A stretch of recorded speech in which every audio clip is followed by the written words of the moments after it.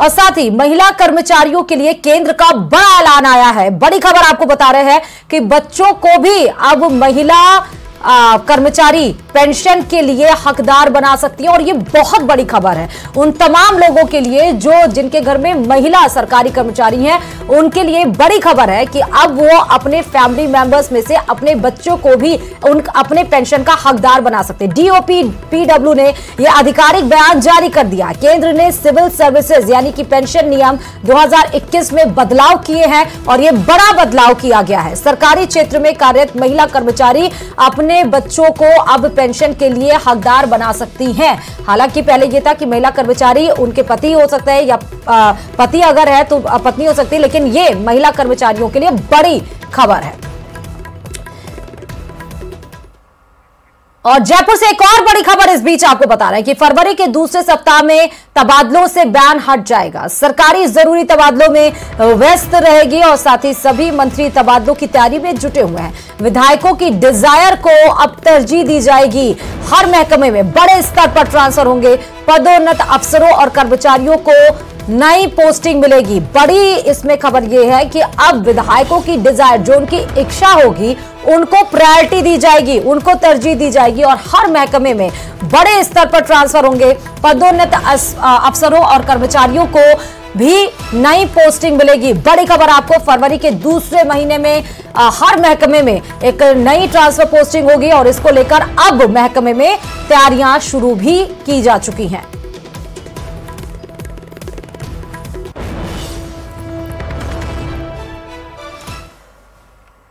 और वहीं जयपुर में हवा महल से बीजेपी विधायक की हिजाब पर बयान को लेकर विवाद खड़ा हो गया है। छात्रों ने थाने का घेराव कर विधायक के खिलाफ कार्रवाई की मांग की है, जबकि प्रदेश के कद्दावर मंत्री किरोड़ी लाल मीणा ने हिजाब को गुलामी की निशानी बताया है। रिपोर्ट देखिए।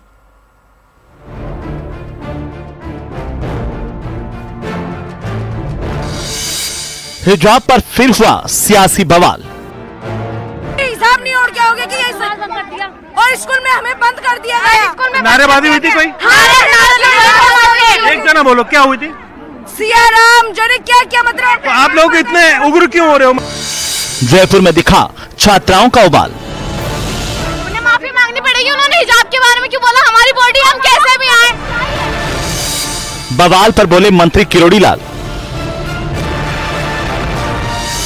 गुलामी की निशानी से मोह का क्या मतलब? जब मुगल आक्रांता आए, उन्होंने ये प्रथा हमारे देश में चलाई। इन मुसलमानों को दिया ना तो हिंदुस्तानी हमारे ये, तो ये बुर्का और ये हिजाब जो है हमारे देश में किसी प्रकार से, जब मुसलमान देश में स्वीकार्य नहीं है तो यहाँ स्वीकार्य नहीं होना चाहिए। और जो भी इसकी मांग उठा रहे मैं उसको उचित मानता हूँ।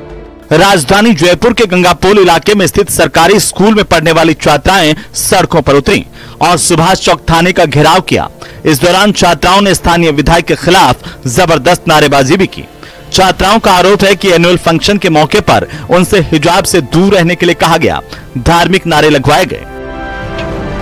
स्कूल की स्टूडेंट हूँ। हुआ क्या था? वो एक चीज ऐसा था, उन्होंने बोला कि हमें अपने हिजाब उतरेंगे तुम्हारे, मतलब स्कूल हिजाब ओढ़ के नहीं आओगे तो वो अम्मा लगती है। उसके बाद में बोले उन्होंने कि हम मतलब स्कूल में तो होता ही है, ये हिजाब उतरवा देते हैं। ये क्यों हो रहा है हमारे साथ में? हिजाब पर जी चलते रहिए। हिजाब पर होता है हर बार, हिजाब पर कोई भी अब समझ में नहीं आ रहा क्या कह रहे, साफ कहें। जब भी ऑप्शन उठेगा ना, हिजाब पर ही बात क्यों आती है? हिजाब पर ही बात क्यों आती है हमारी? तो आप क्या चाहते हैं?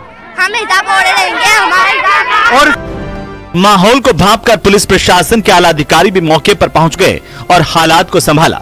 मामले पर विधायक बाल मुकुंदाचार्य का तर्क था कि कल को हमारे बच्चे भी लहंगा चुन्नी या अलग अलग कलरफुल ड्रेस कोड में आएंगे तो कैसे चलेगा। कृषि मंत्री ने हिजाब को गुलामी की निशानी बताया। तो स्कूल का ड्रेस कोड बना हुआ है, ड्रेस दिया जाता है और बच्चों को आपत्ति भी नहीं है, खाली गाइड करना उन्हें कि भाई क्या स्कूल का नियम कायदा क्या है।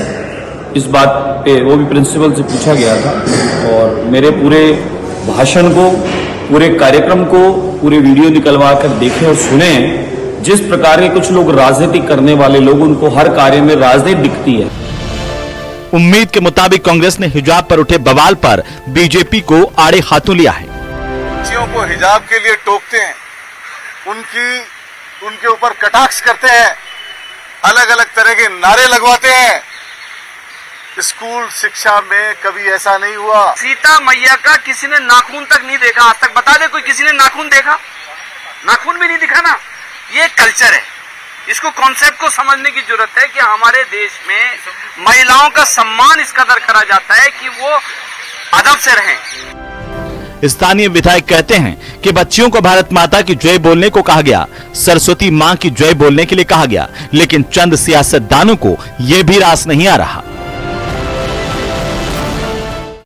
यहाँ पर 2 विधायक आ गए, कई पूर्व विधायक आ गए, बाकायदा जो कंटेस्टेंट्स हैं वो भी यहाँ पर पहुंच करके अपना कड़ा विरोध दर्ज कराया। जयपुर एक हेरिटेज नगरी है, सुभाष चौक से सभी टूरिस्ट आमेर की तरफ जाते हैं। जब यहाँ बवाल मचता है तो जाहिर सी बात है विधानसभा तक सवाल उठता है कि आखिरकार यहाँ पर नाराजगी क्यों हो रही है, सवाल क्यों उठाए जा रहे हैं। कैमरा पर्सन मान सिंह के साथ में अरबाज अहमद, न्यूज़ 18 के लिए जयपुर से।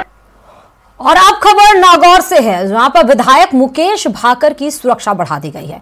दरअसल मुकेश भाकर के घर पर क्यूआरटी जवान तैनात भी कर दिया गया है। आधुनिक हथियारों के साथ क्यूआरटी जवान तैनात किया गया है। लाडनू के साथ साथ जयपुर में भी सुरक्षा बढ़ा दी गई है। 2 गनमैन पहले से ही भाकर की सुरक्षा में तैनात किए गए थे और अब घर और जयपुर में भी 6 और पुलिसकर्मी तैनात कर दिए गए। बता दें कि मुकेश भाकर को खतरे को लेकर इनपुट मिला है और पुलिस इंटेलिजेंस इस मिले इनपुट के हिसाब से ही काम कर रही है। इसके पहले हनुमान बेनीवाल की तरह भाकर को भी जान का खतरा था और उसकी तरह फिर उसके हनुमान बेनीवाल को भी इंटेलिजेंस इनपुट पे जिस तरह जान का खतरा बताया गया था, क्यूआरटी लगाई गई थी, उसी तरह भाकर को भी जान का खतरा मिला था। यूपी पुलिस ने लॉरेंस बिश्नोई गैंग को चोरी की लग्जरी कार सप्लाई करने वाले युवक को गिरफ्तार कर लिया है। लखनऊ पुलिस ने राजस्थान के सतेंद्र शेखावत को अरेस्ट किया है। आरोपी चोरी की luxury car Lawrence Bishnoi gang को बेचता था। बीते दिनों लखनऊ से कई फॉर्च्यूनर चोरी हुई थी।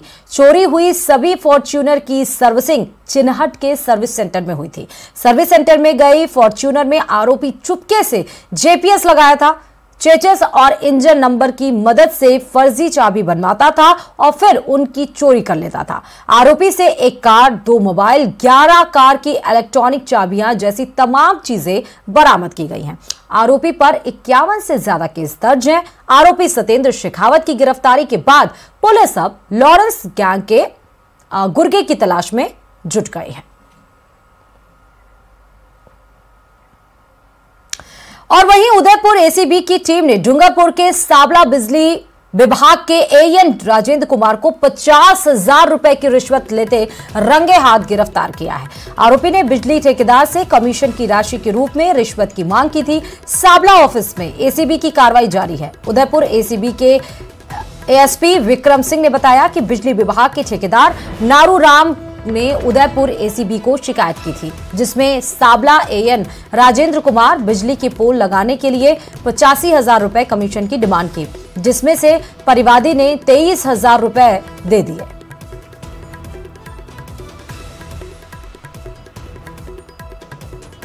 एबीवी ने साबला के खिलाफ शिकायत दी थी कि बिजली के पोल के पर पोल 200 रुपए के हिसाब से रिश्वत राशि मांग रहे हैं। इस वक्त 85,000 रुपए की रिश्वत राशि मांगी। आज उनको 50,000 रुपए रिश्वत राशि लेते हुए रंगे हाथों एसीडी उदयपुर ने ट्रैप किया।